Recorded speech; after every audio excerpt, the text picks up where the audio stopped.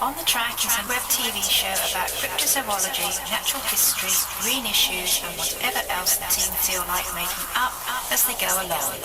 Enjoy! What's in this episode, Mr. John? Well, Hennis, we've got two very special guests for you in the show this week. We have the return of Ronan Coghlan, and by special acclaim, we have the return of Ian Squibbs. Enjoy. I really like the old credits.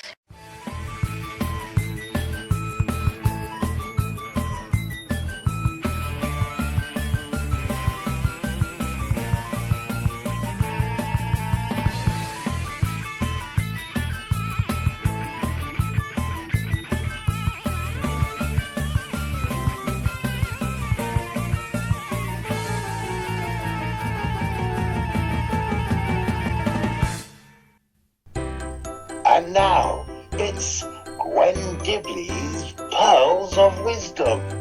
When youth takes a scorpion as a bedfellow, the aged go out on the roof. Good afternoon, ladies and gentlemen. My name's John Downs. I'm the director of the Centre for Fortean Zoology, and welcome to another episode of On the Track. As you know, every Wednesday evening at 6:30 and every Saturday afternoon at 3 we bring you a miscellany of hard science, weird shit, and what's the other thing? Oh yes, surreality. And what's surreality? Well, I don't know, but I think we probably ought to ask Richard and Archie, who are lurking behind my walking frame. What's surreality, boys? It's a tall bag of cheese plus a Chinaman's knees and the leg of a nanny goat's eye. And what do you think, Arch? Oh, I think it's something to do with the cats.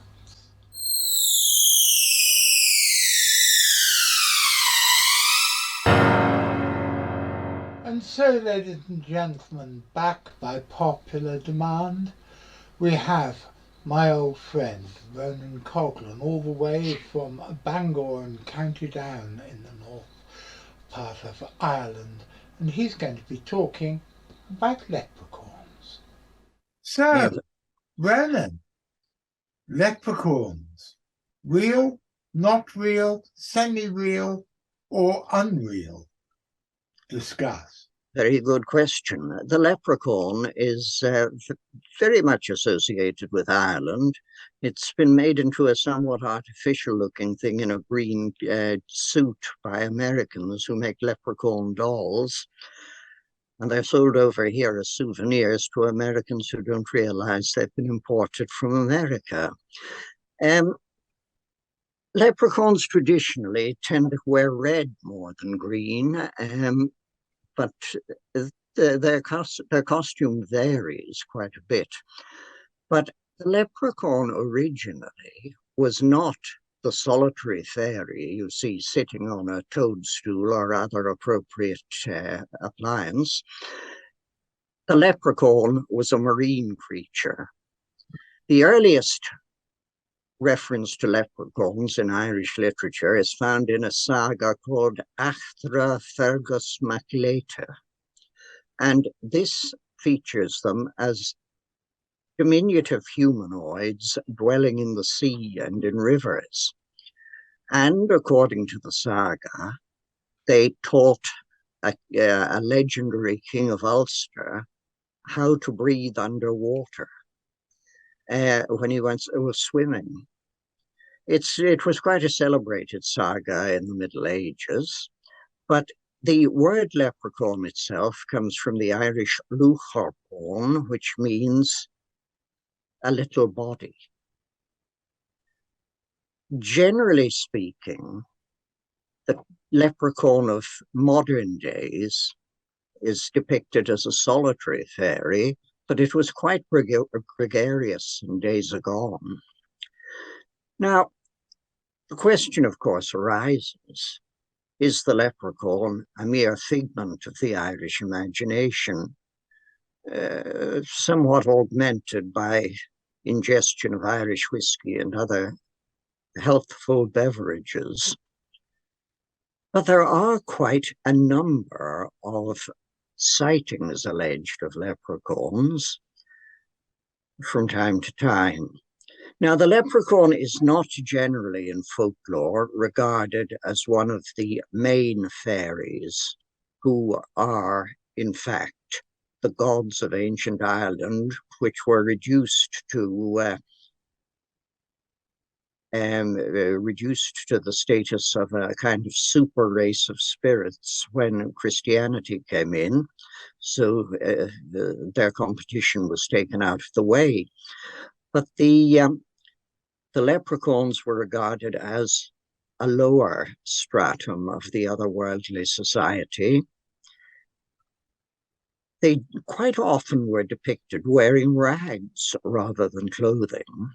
Do we have any sightings of leprechauns in modern times? And indeed, we do. If you go on the CFZ USA blog, for example, you'll see several articles on what are supposed to be leprechaun sightings.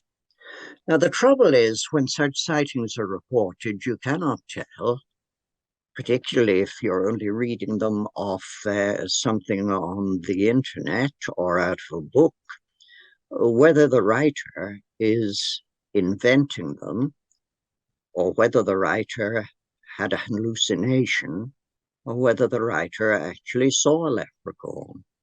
The other question is, where would they have come from? Where are they on the evolutionary chain? Well, now, I want to refer to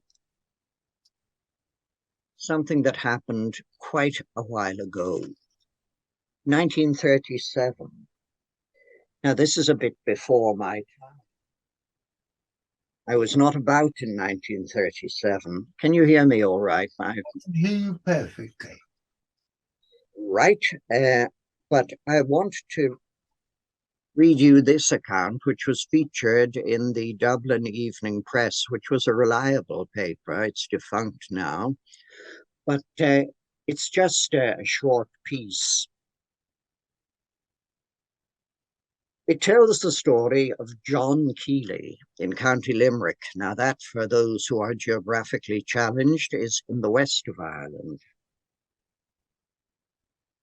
He encountered a little man. Now this little man was quite clearly not a little human man. He was obviously an otherworldly thing. As I unfold this interesting saga, John is fighting with a computer at the other end, but it has been upset by Archie, his pet dog, who is known to stick his nose in and wag its tail where it isn't wanted. It got in the way of my snout, like. However, I shall continue. Now, he met this little man, and he asked him where he came from. I'm from the mountain, and it's none of your business, said the little man. Only I don't know if he had quite that kind of accent, you understand, but it'll have sounded something a bit like that. Anyway, the next day, John saw two little men. He actually went so far as to hold the hand of one of them, direct physical contact, with which he probably picked up a whole lot of viruses and microbes from the dwarfs that he had no immunity to. Anyway, what had happened was John had been talking about the little men, and a whole pack of boys had hidden in the bushes to see if these little men, these leprechauns, were really there. Imagine their astonishment when they found that John was not pulling their leg. However, the leprechauns were not born yesterday, and if you've got half a dozen boys hiding in the bushes, you'll twig pretty quickly, because boys are not noted for being able to hold themselves still for too long. The leprechauns saw they were observed and took off at a lick. The boys chased them. The leprechauns went first, the boys furiously pursuing them. The leprechauns managed to outrun the boys, I think by going through a hedge.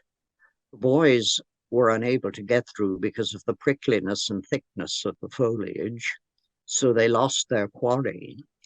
But the whole point is, this is a sighting of leprechauns in what I think we can call the modern era. If we really think 1934 was the modern era, I still consider it modern times, but then my concept of modern times dates from about the time of the Tudors. Anyway,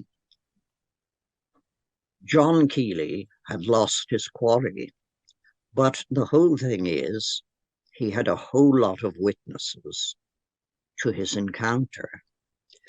Now, this, of course, is not a completely foolproof story. As I say, the Evening Press was a reliable newspaper. It wasn't a tabloid.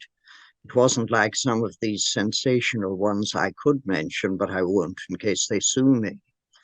But it is solid evidence that a lot of people were saying they saw a leprechaun at that time.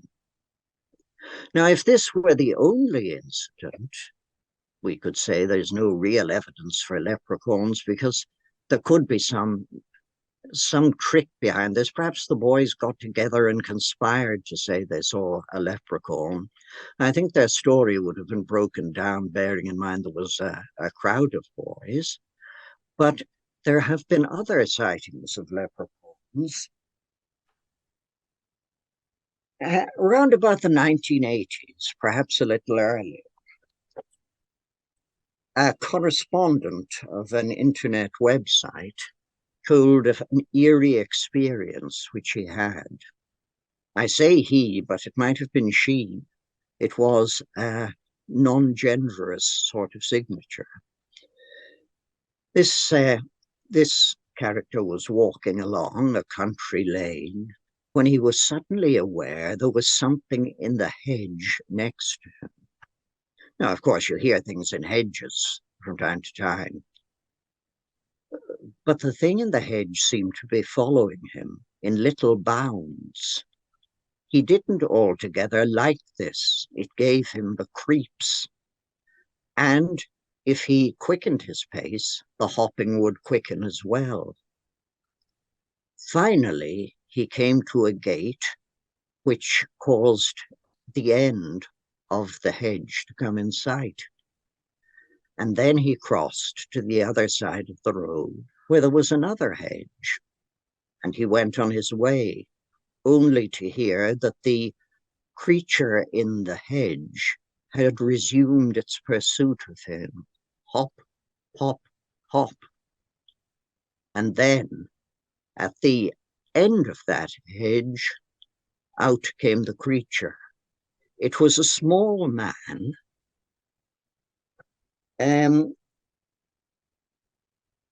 His height was about 3 feet.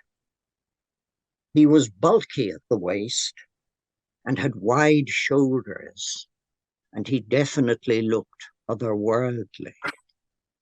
Now, you don't see a lot of 3-foot-tall men, and there was nothing much to just sort of make him different from the general likeness of humanity, except for the fact that he had a tendency to follow people through the middle of hedges. And therefore, you could say this is another account. Of course, with any of these accounts, you have got to allow for the fact that the person may have made it up. And we don't know what kind of state he was in. Well, he might have been on his way back from the pub, for example, as quite a lot of people in Ireland are if they're not in the pub. And that's it for this episode, ladies and gentlemen. Ronan will be back next week talking more about leprechauns. But now... And now, ladies and gentlemen, you may have remembered me telling you that a guy called Pete Fry, who was part of the wider CFZ family, died about 1.5 years ago. Well, his widow happens to be the sister of my old friend Mike Davis. We've had the two of them on the show before. Then they were singing a song about a dead zebra finch. But now they're singing a song about Pete.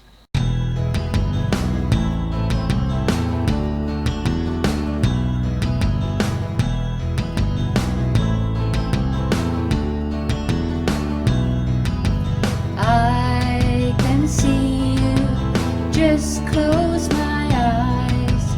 I can feel you watching night skies, feeling less fragile, going to move, having adventures of which you'd approve.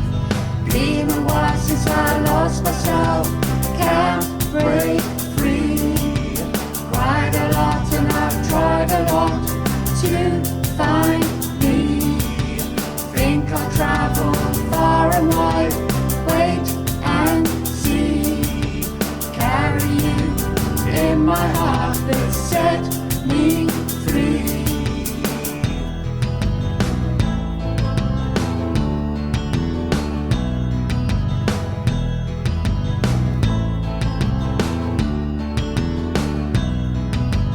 New Orleans, the place I must go, taking the music deep in my soul, holding you in my heart, dear.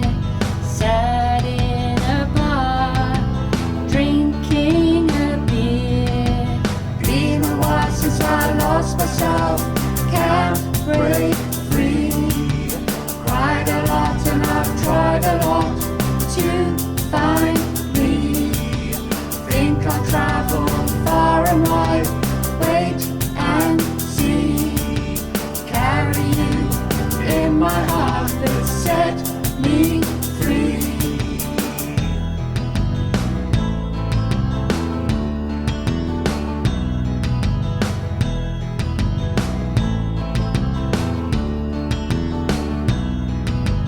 I can see the birds on the trees, bringing the flowers that sway in the breeze.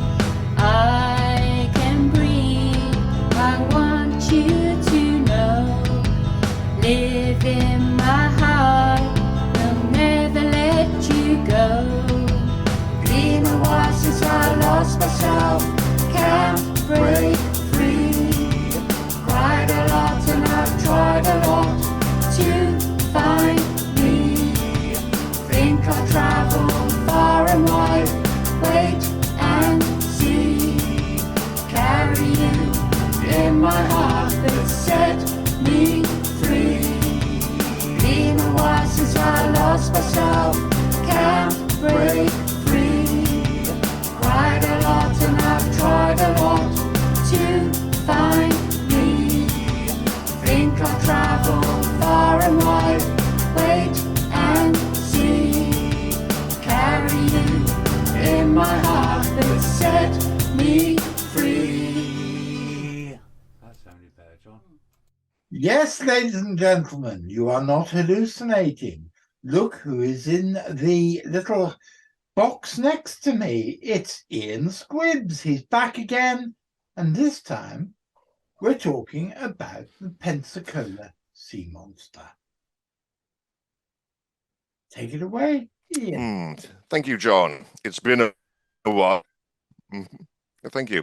Yeah, it's been a while, John. But it's good to be back on CFZ TV and take another journey into the unknown. So cheers to everyone there. That's a nice drop. So today we're going to take a look at a Fortean classic, tackle the disturbing case of the Pensacola Sea Serpent. So without further ado, let's get stuck in. So a bit of background first. So on the 10th of June 1893, the warship USS Massachusetts BB-2 was launched in Philadelphia, Pennsylvania, in the good old US of A. The ship was an Indiana-class pre-dreadnought battleship and the second United States Navy ship comparable to foreign battleships of its time. So let's have a look at a picture of the USS Massachusetts in all its glory there. Let's have a look there. Put that one up there. So yeah, nice. Massachusetts served in the Spanish-American War, part of the flying squadron that took part in the blockades of Cienfuegos, Santiago de Cuba. The ship was used as a training vessel for crews during World War I, and it was decommissioned in March 1919. In 1921, the ship scuttled in the shallow water in the Gulf of Mexico off Pensacola and was used as a target for experimental artillery. The vessel was never scrapped, and it is here that it remains to this day. And part of the wreck can still be seen sticking out of the water. So let's have a look. If we look at the next picture there, John, we can see an aerial view of the site today and see the ship there. Yeah. Quite clearly, you can see a shadowy form under the water. So yeah. Since 1993, the wreck has been a Florida underwater archaeological preserve, and it is included in the National Register of Historical Places. Over the years, the site has become an artificial reef and is a popular spot for scuba diving expeditions. One such diving expedition took place 24th of March 1962, when 5 teenagers boarded a 7-foot Air Force life raft at a fishing pier at the western tip of Santa Rosa Island. They began the 2-mile journey out to sea to explore the wreck of the USS Massachusetts. The raft was equipped with a drift anchor and oars. The teenagers who boarded the raft that day were Brian McCleary, 16, and his friends were all from the town of Fort Walton Beach, Florida. Eric Wool, 16, Bradford Rice, 14, Warren Felly, 17, and Larry Bill, 15.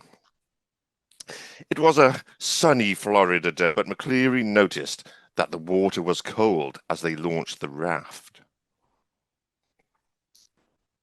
The boys took it in turns to paddle the raft, and the journey progressed. They noticed the wreck of the Massachusetts was to the left of them, but when they had started, the wreck was to the right. In other words, the current was pushing them to the left. The weather then started to change. The sky clouded over. The wind picked up. They decided to turn back, but the wind and the waves were pushing them into the Bay Channel. Rule, McCleary, and Felly into the icy water and began kicking behind the craft, while Bill and Rice took the oars in an attempt to get the vessel back on course. The tide was too strong, so they got back into the raft, shivering from the cold. The waves were now so high that they had to hold on to the sides of the raft. As the sky continued to darken, they spotted a small craft in the distance and attempted to get its attention to help them, but had no success. As they realized that they were stranded out at sea in bad weather with strong currents, panic began to set in. McCleary then spotted a nautical buoy floating about a mile in the distance, so the group began paddling towards it so they could attach their drag anchor to it. As they approached the 6-foot-tall red metal buoy, they attempted to lasso their anchor, but failed due to the rough seas, and their craft ended up capsizing. So yeah, they're not having much luck, are they? And things were about to get worse. McCleary was able to flip the raft back over and the boys were able to climb back inside. But then it started to piss down. The raft was carried further out to sea and the 5 teens lost track of time, but eventually the rain tapered off into a fine mist and the sea subsided to a dead calm. A fog then rolled in, limiting their visibility to about 7 meters, and they decided all they could do was sit and wait. Suddenly, Bill said he could hear a boat, but no one else could hear anything. The air then suddenly became thick with the sickening smell of dead fish. Then, about 12 meters from the raft, was a tremendous splash, which generated a wave which reached the raft and broke over the side. They then heard another splash, and through the fog they could see a shadowy form, which like a telephone pole, about 10 foot tall with a bulbous head on top. It stood there for a moment, then bent in the middle and moved under the wave. A high-pitched whine then broke the silence, and the boys panicked. They decided to put their flippers on and jump into it, which was now covered in patches of brown slime. McCleary noticed a slight current and he hoped this would lead to the shore. Instead, they decided to head to the wreck of the Massachusetts. Rule and McCleary took to the lead and the other 3 close behind.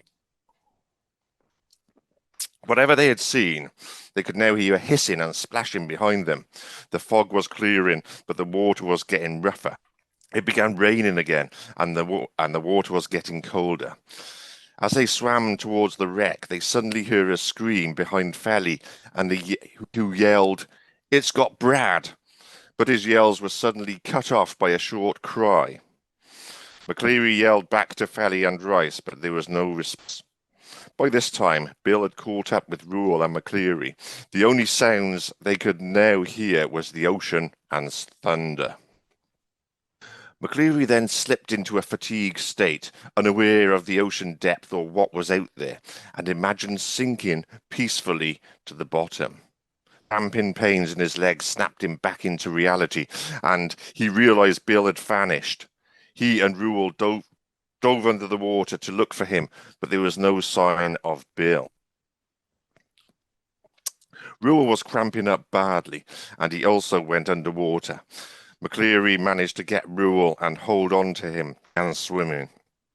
They struggled through the water for several hours in the dark night, waves breaking over their heads. Just as McCleary was given to give up, a lightning stick lit up the sky.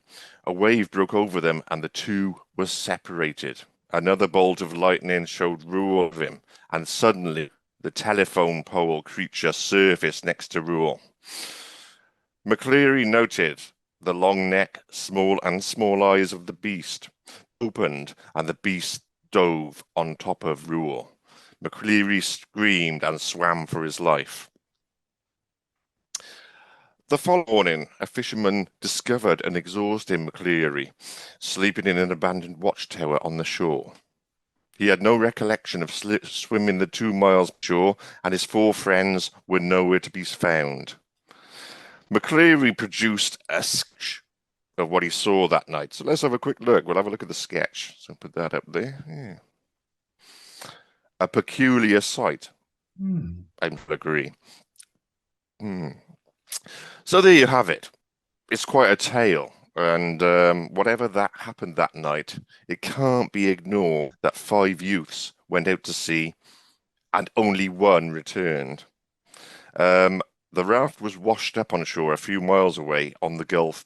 Shoes, swimming fins, and face masks were all still inside. So it was an airfall raft and constructed with numerous pockets to store gear. So it's possible that those items remained on board despite the rough seas. A week later, the body of Bradford Rice would wash up ashore. The cause of death was listed as drowning. We see his grave as well. So we've got a picture of his grave there. So 1947 to 1962, that's his resting place. The rest of the boys would never be found. The official story released was that after the boys' raft had capsized in rough waters, they had simply drowned.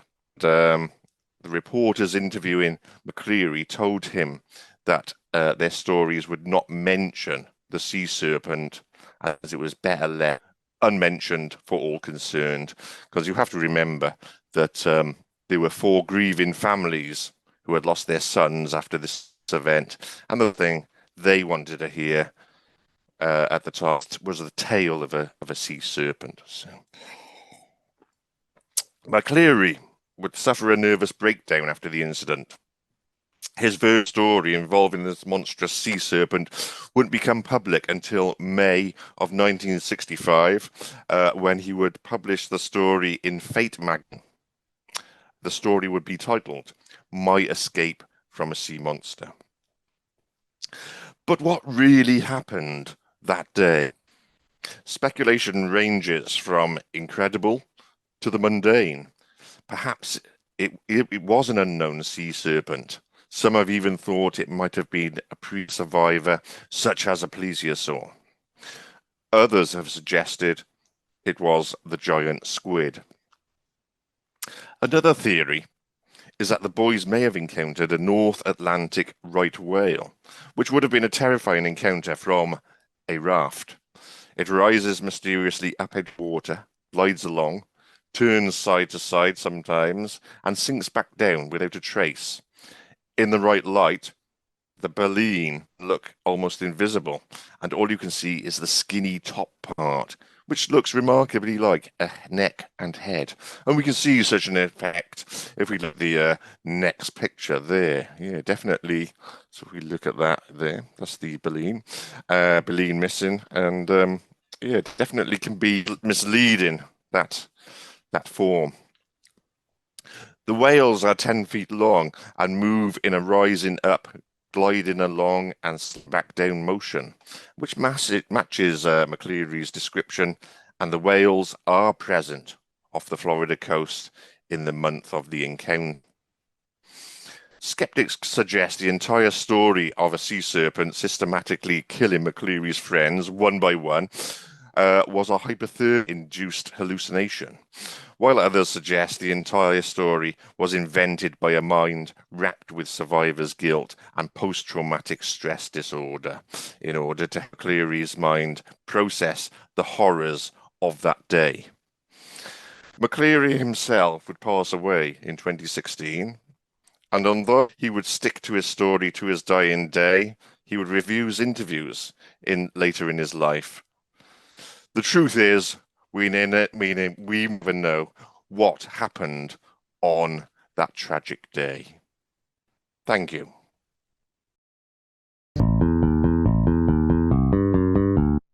If you want to support us and help us make more content like these, please press like, subscribe, follow our Facebook page, and check out our Patreon.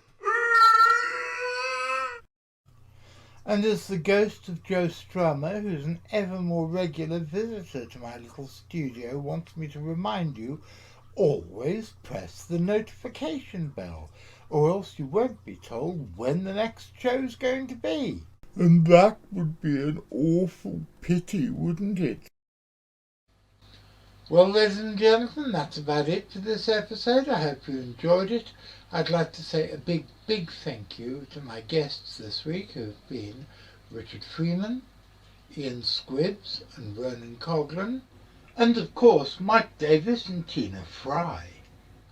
And I want to say a big thank you to those who have kept the home fires burning and without whom this show and any of the others would never have been made.